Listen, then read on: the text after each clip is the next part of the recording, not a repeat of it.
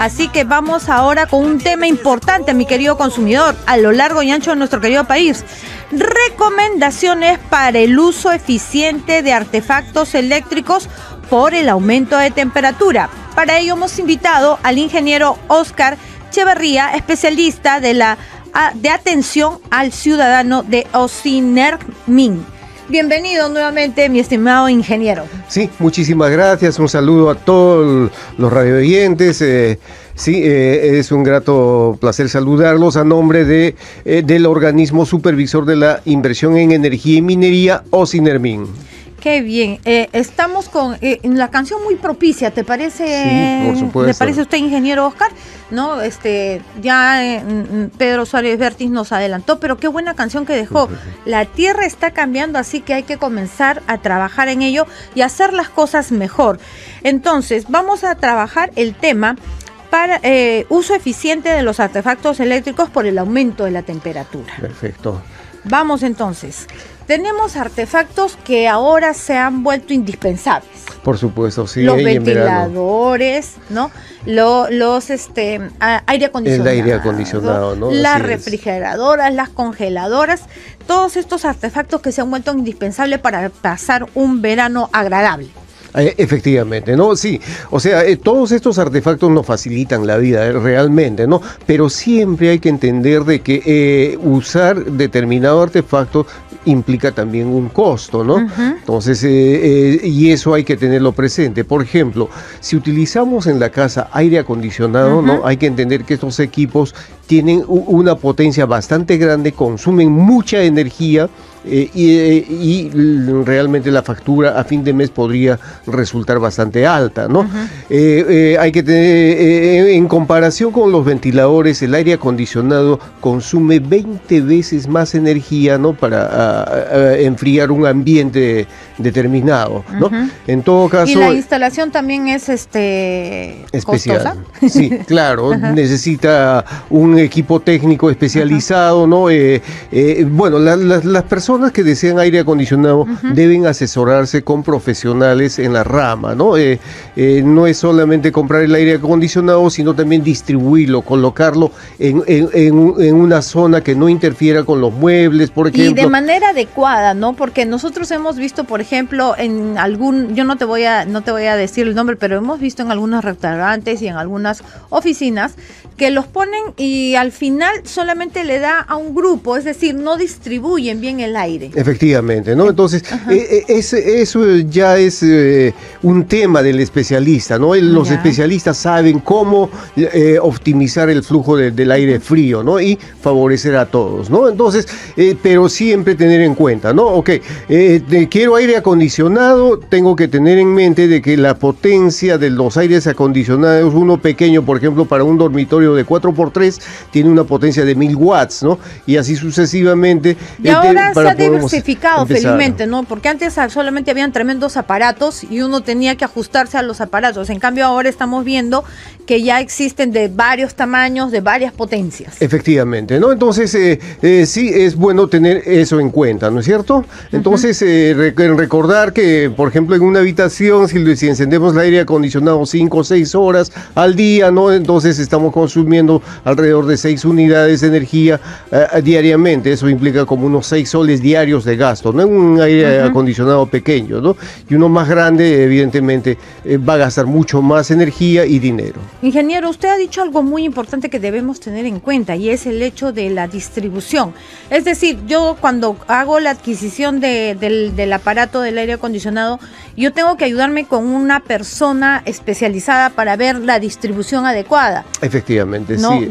Para que circule, para que enfríe de manera adecuada y no como lo que hemos visto, 4 o 5 aparatos de aire acondicionado en una sola sala. Efectivamente, no, o sea, esa distribución es importante. Y lo otro que es importante, que los ambientes tienen que estar sellados, o sea, tienen que tener un aislamiento especial. Por ejemplo, el tema de las cortinas, ¿no? Es muy útil en este caso, ¿no? O las persianas.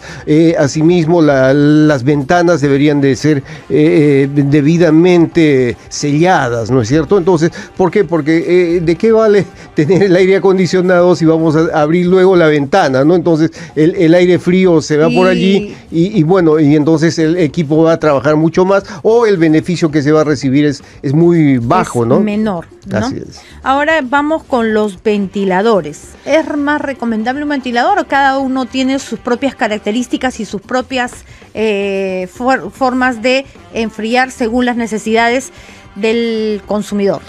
Bueno, una sugerencia para quienes usan aire acondicionado, por ejemplo, es mantener la temperatura alrededor de 26 y mínimo como 24 grados, ¿no?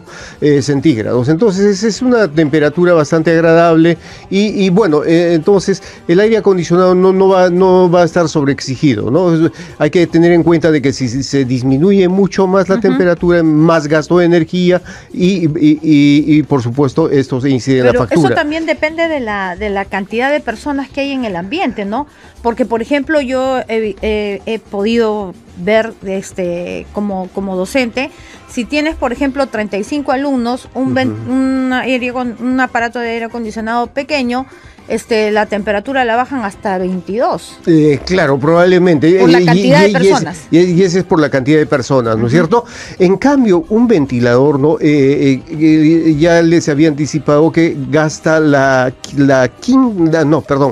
5% de un aire acondicionado, o sea, gasta la 20ª parte, ¿no?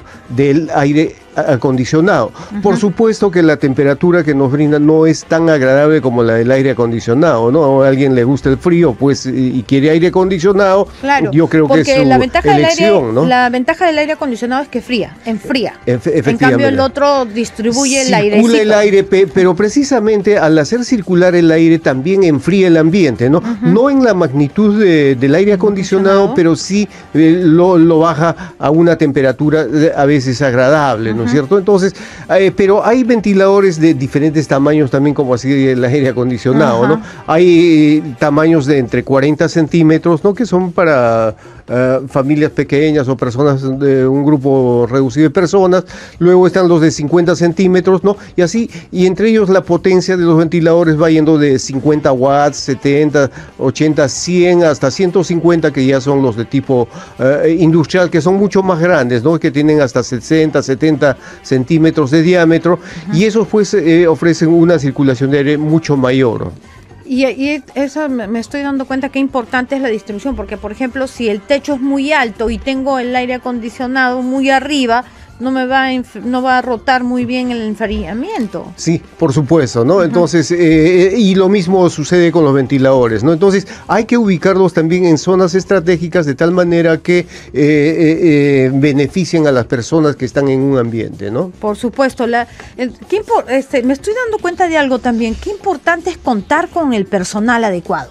Efectivamente, Qué importante es ver que a quien le estoy comprando este aparato de aire acondicionado, estos aparatos, que tenga también los especialistas adecuados para que me distribuyan de tal manera que no haga como usted muy bien ha dicho, un esfuerzo inútil, ¿no? Tengo tremendo aparato para no enfriar el lugar, sería absurdo. Por supuesto, ¿no? Entonces sí, siempre hay gente que se ha preparado, ha estudiado, ¿no? Entonces ellos van a brindarle una asesoría efectiva, ¿no es cierto? Una recomendación muy profesional en el tema del aire acondicionado. Y crea fidelidad en el cliente también. Me han distribuido muy bien, y lo mejor que le puede suceder a una empresa, la publicidad boca a boca. Efectivamente. ¿No? Que definitivamente, mira, esta empresa te distribuye muy bien.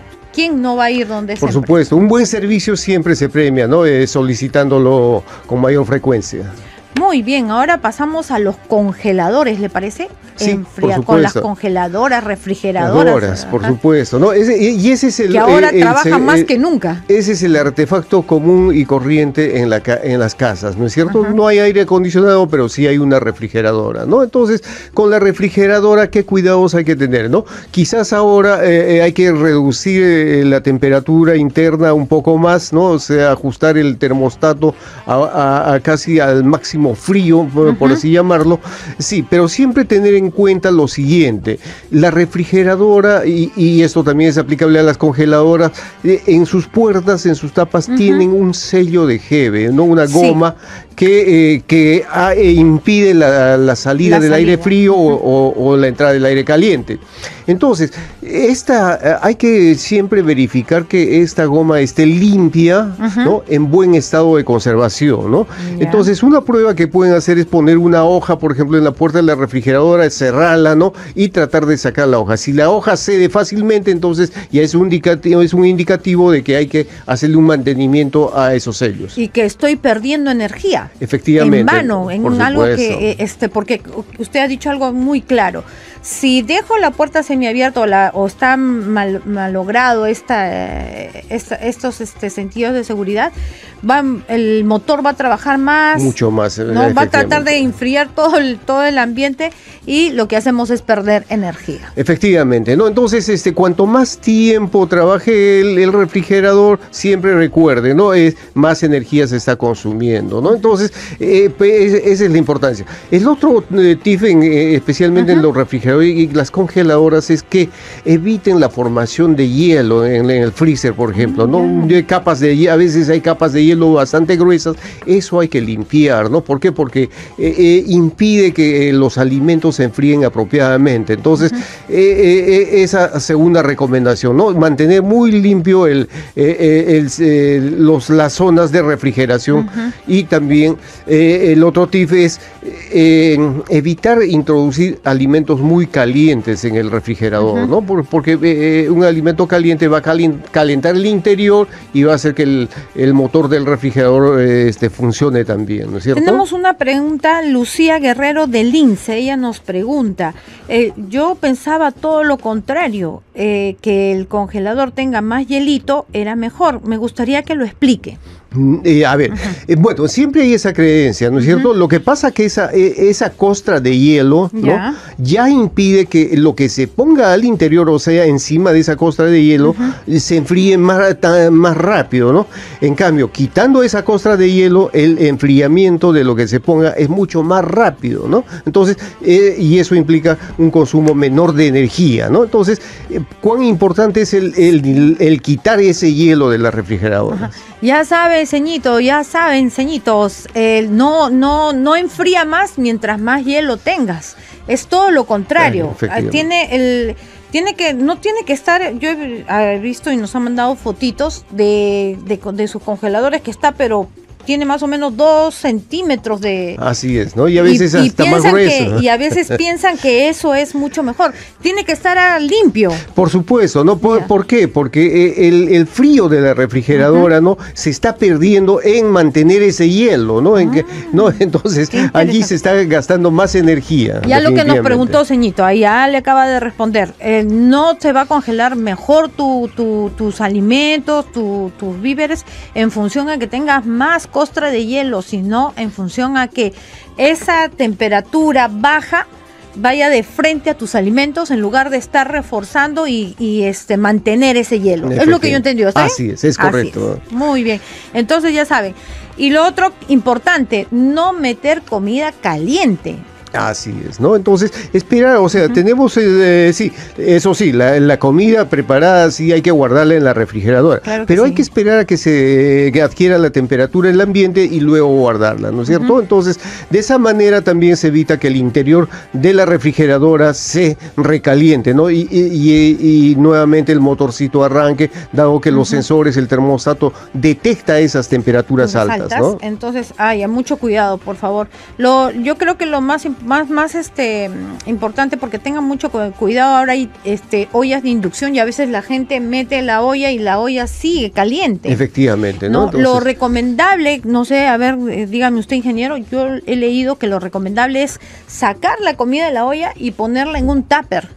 De preferencia, sí, ¿no? Sí, claro, y si el tupper es de vidrio, o sea, la idea es que es utilizar siempre tuppers de vidrio porque son más higiénicos. Además, un cerámico, sí, y si está frío, entonces rápidamente enfría la comida, ¿no es cierto? Ya, entonces, sí, es un poco el tema. por allí, ¿no es cierto? Las ollas de inducción simplemente lo que hacen es transmitir, mantener, no tanto, sino que adquieren la temperatura del alimento, ¿no es cierto? Entonces, si lo dejan ahí reposar un rato en la cocina o en una mesa, entonces se va a enfriar y podría ser interesante también guardarla, pero frío, definitivamente. Pero ahora con este calor ya da miedo dejarla, de verdad que da miedo dejar la comida afuera, ¿no? Entonces, recomendable. Y este tip también me ha gustado, un envase de vidrio. Efectivamente. Que también enfría rápido el envase de vidrio. Efectivamente, sí. Y lo fundamental, ¿no? Conserva bien la comida, ¿no? La comida permanece saludable y agradable. Y agradable. Así que ya saben, miren, nos hemos tumbado un mito aquí en La Voz del Consumidor. No, por más que tu congeladora tenga abundante costra de hielo, no está bien. Así que tienes que hacer que esté limpio y que tu refrigeradora, tu congeladora, toda esa potencia vaya de frente a tus alimentos. Efectivamente, ¿no? Entonces, eso es lo que les sugiere Ocinermin, ¿no? Y siempre recordarles, ¿no? Que cuanto más tiempo funciona un artefacto, más energía está gastando y eso se refleja en el medidor y al final en el recibo de luz cada mes, ¿no es cierto? Ya, acá me están mandando un WhatsAppito, ya. Karina Peralta pregunta, ¿en cuánto debe estar el congelador? Porque en verano mi esposo lo baja hasta 0. Claro, la idea es que si es que vamos a guardar una gran cantidad de alimentos, si estamos en verano probablemente sí haya que bajarlo hasta 0, pero si es poca la cantidad de alimentos, o sea la refrigeradora tiene espacios vacíos, quizás aún habría que bajarlo a 2 o 3, ¿no es cierto? En lugar, porque la refrigeradora tiene graduación hasta 5. Las bebidas, las verduritas, ¿en cuánto debe estar? Normalmente recomienda estar entre 2 o 3, ¿no es cierto? Sí, es la temperatura más apropiada para la conservación de verduras, ¿no? Y lo mismo las bebidas, no tiene mucho sentido congelarlas y que estén pues con hielo adentro. Porque no las van a poder beber. Así es, ¿no? Sería inútil. Hay que esperar un rato a que se disuelva el hielo, ¿no? Y eso es energía que se pierde, ¿no? Es gracioso, pero a eso maltrata el bolsillo, queridos amigos, queridos oyentes, eso maltrata el bolsillo, así que no maltratemos el bolsillo por más de que el verano nos haya venido con una temperatura alta dado los fenómenos, ¿no? Todavía estamos con el fenómeno del niño costero. Efectivamente, ¿no? Entonces, si nos gusta el hielo, mejor preparar en las cubeteras de la refrigeradora, hacer el hielo y luego queremos enfriar nuestra bebida, pues utilizar ese hielo, ¿no? En lugar de querer congelar la bebida dentro de la botella. Son solecitos que se nos van ahí, querida ama de casa, querido padre de familia. Ahí está las recomendaciones de Ocinermin para tener. Muy bien, ingeniero, qué importante. A veces pasan desapercibidos estos tips, pero por ejemplo a mí me ha impresionado, porque yo también tenía la idea de nuestra querida amiga Lucía de Lince, que mientras más hielito había, mejor congelaba, y es todo lo contrario. Así es, ¿no? Se está gastando energía en mantener esa costra, ¿no? Y esa energía no está enfriando apropiadamente lo que se le ponga encima, ¿no? Entonces hay que quitar esa costra y eso va a hacer pues que más rápido enfríe o congele aquello que coloquemos dentro del freezer. Y también lo de la puerta es indispensable, ¿verdad? Por supuesto, sí, ¿no? Y por supuesto la limpieza, por ejemplo, hay una rejilla posterior, ¿no? Esa produce calor, entonces evitar, por ejemplo, colocar pues una ropa para secar ahí, ¿no? Hay personas que lo hacen. No. Y eso sí, desempolvarla periódicamente, ¿no? Entonces, y siempre que porque esa parte de desempolvar también es bien importante, porque me dijeron que si está empolvado va a consumir más energía. Efectivamente, porque impide que se disipe el calor, ¿no es cierto? Entonces, y asimismo, si notamos ya un sonido raro en el motor, entonces es tiempo de llamar a un técnico para que le haga una revisión, un mantenimiento. Nos preguntan, ¿cada cuánto tiempo hay que mantener el refrigerador? Una revisión anual es buena, ¿no es cierto? Y su limpieza total. Y bueno, la limpieza total por lo menos cada 15 días o cada que se vea, ¿no es cierto? Necesario. Cada 15 días y lo mejor, como es bien separada de la pared para poder ver que las rejillas estén limpias. Efectivamente, ¿no? Entonces, y evitar que también a la refrigeradora le caiga el sol, ¿no es cierto? ¿No? Ubicarla pues en una zona bastante apropiada, fresca. Y esto también va para nuestros emprendedores que ponen ahí sus congeladoras en la puerta de sus establecimientos, de sus negocios, y el pobre congeladora le da todo el sol, ¿no? Así es, ¿no? Entonces, cuanto más tiempo... Ahorro es progreso. Así es. Recordarle siempre, cuanto más tiempo funcione cualquier artefacto, más energía está gastando, ¿no? Recuerden, luz que apagas, luz que no pagas. Artefacto que usas bien, artefacto que... Electricidad que no se va en nada, ahorras bastantes chivilines. Así es. Ingeniero Oscar, muchas gracias por esta didáctica y muy ilustre acomodación de cómo debemos ahorrar la energía en estas temperaturas altas. No se mueva, que venimos con más información en La Voz del Consumidor.